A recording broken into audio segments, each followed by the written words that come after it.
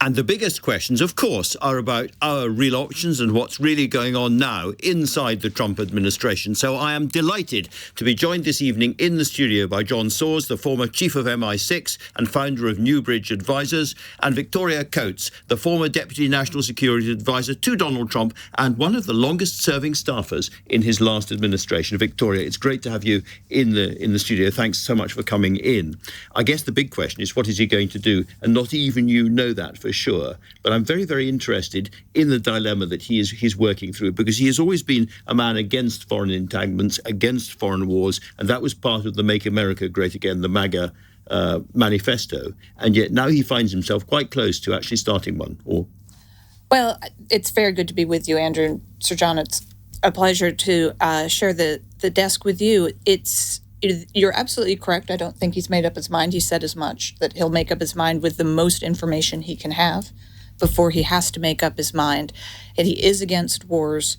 And in this case, I think what he would tolerate would be a very targeted, specific mission and strike, similar to what he did with Qasem Soleimani. That was a one-time shot, and there was not a significant response to it. But I think that would be what he would be in the mood to authorize.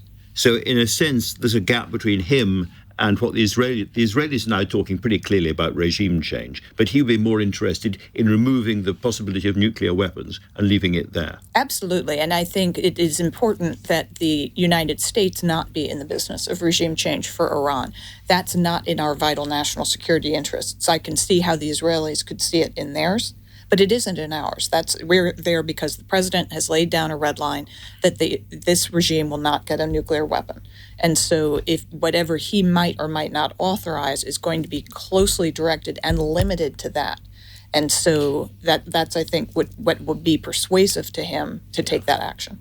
And that means these bunker-busting bombs. But there are reports from Washington that the American military are not sure they would work. And if they didn't work, you'd have to use a tactical nuclear weapon. And that, I would guess, would be one stage too much, even for President Trump. That would be another very weighty decision to have to make. And, the U.S. military is rightly very cautious about these things. They don't want to oversell and then underperform.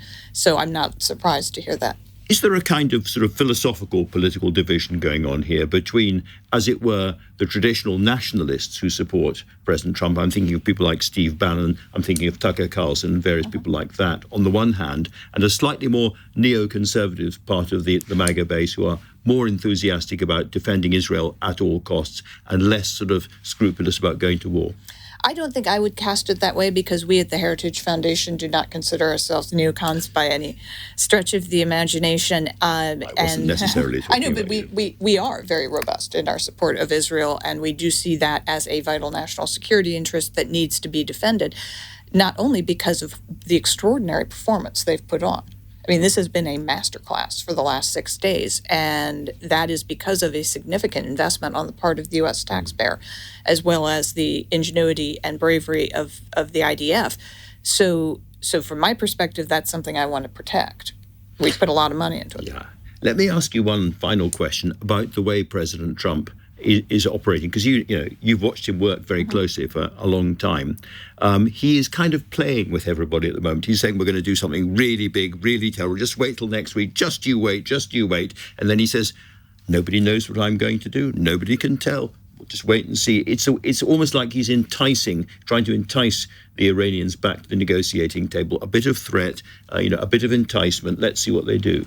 No, I think he has an audience of one there, which is the Supreme Leader. And what he wants the Supreme Leader to say is yes to the deal that he proposed. And I think he would not disagree with the Prime Minister. He wants diplomacy. He tried diplomacy. What he doesn't want is the diplomatic doom loop we got into in the previous administration, where the negotiations just went on and on and on, regardless of their behavior.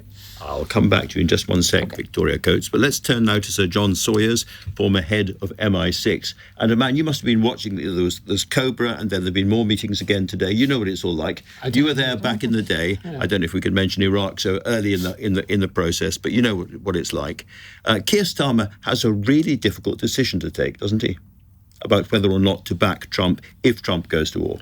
Well, first of all, we don't know how this is going to unfold. I think there is a case for President Trump to take the decision to support the Israeli action, but in a way that Victoria describes, very carefully targeted on the nuclear facilities, which are deep underground and beyond the reach of Israel. To be absolutely clear, you would support, if you were advising President Trump, you would say, bomb that nuclear facility and do it quickly. We're in a situation now, it may not be entirely of our own choosing, but the Israelis have created a new situation on the ground with a considerable military success. The worst thing in the world would be to bring that to an end with a deeply angered and aggrieved administration in a regime in Tehran, which still has a nuclear program that it can turn to. Because one day they'd use it. One day they would use it. This is the point about I'll get on to the Keir Starmer point in a minute, but the point about this nuclear program, and we've been negotiating for 20 years. I started this back in 2003 when Jack Straw was Foreign Secretary,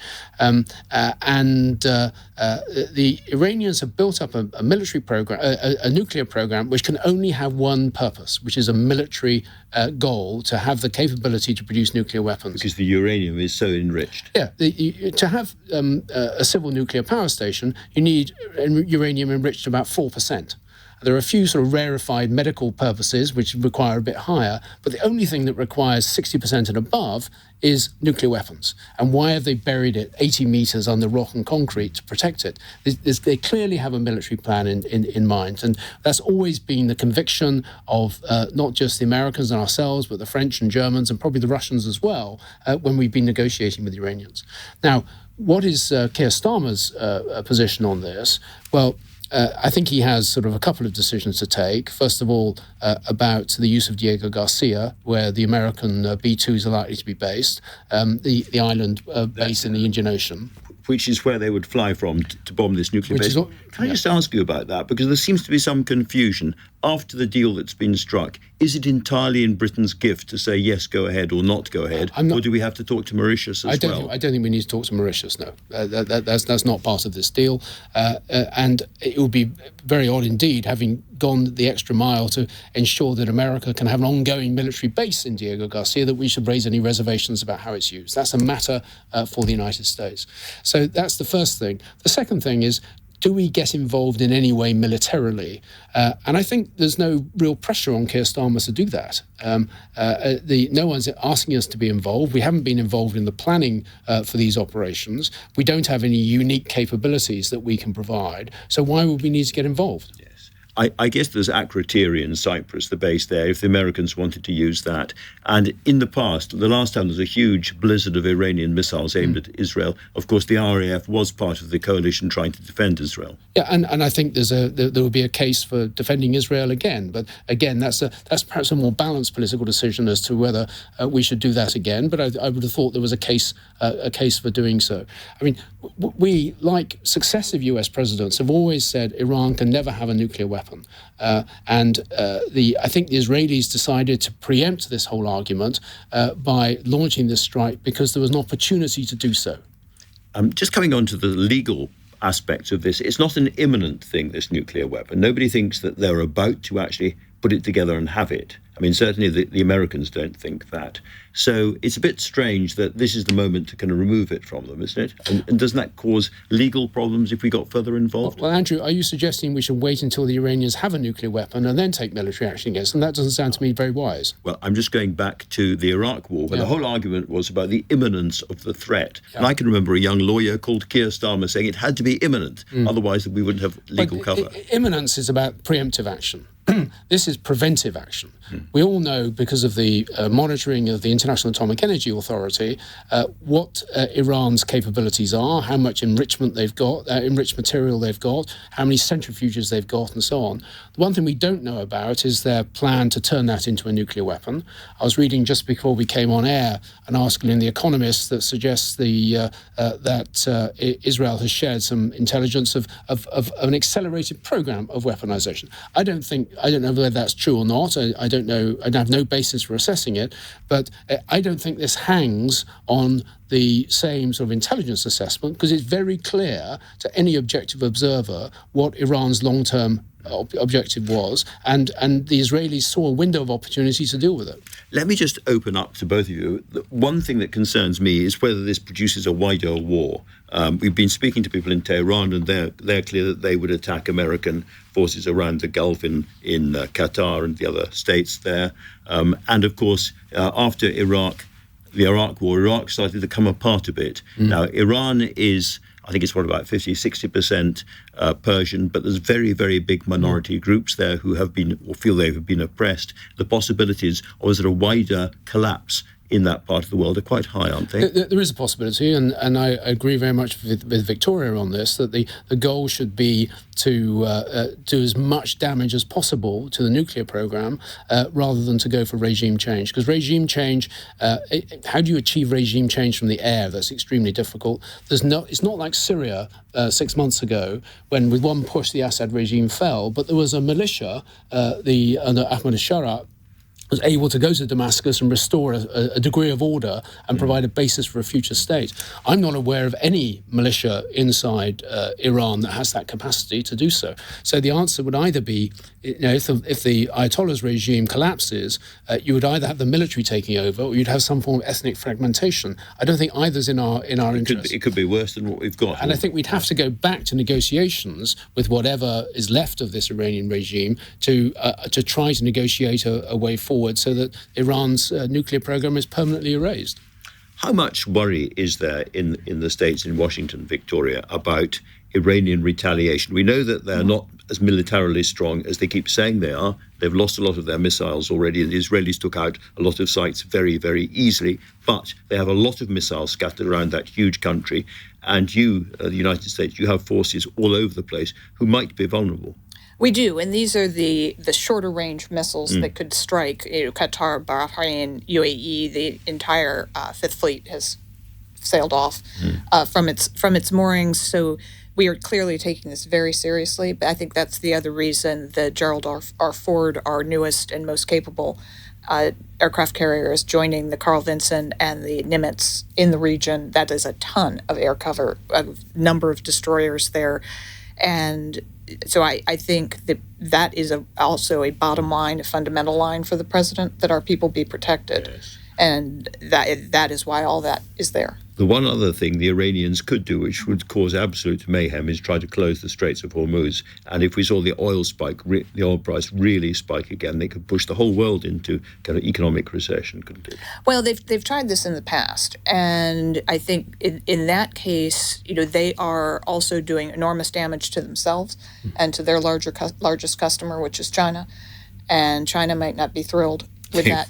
They might well not be, yes. We have much greater capacity now to surge product if we need to mitigate that. So that is one of the reasons the 2019 attack on Abqaiq, on the massive Saudi oil processing center, was not as dramatic as they wanted it to be. So they are very willing to do sort of geopolitical energy terrorism, for want of a better phrase.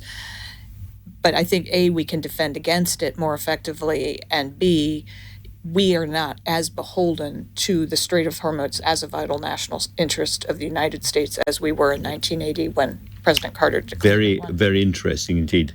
Victoria Coates, thank you very much indeed. Sir John Sawyers, one last point you want to... Yeah, I think you're right to look at this issue of how the Iranians would retaliate.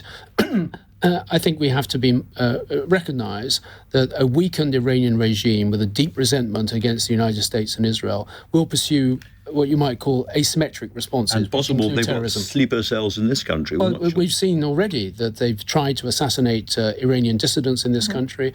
There was a report in the Times recently that Iranians were plotting an attack on the Israeli embassy here.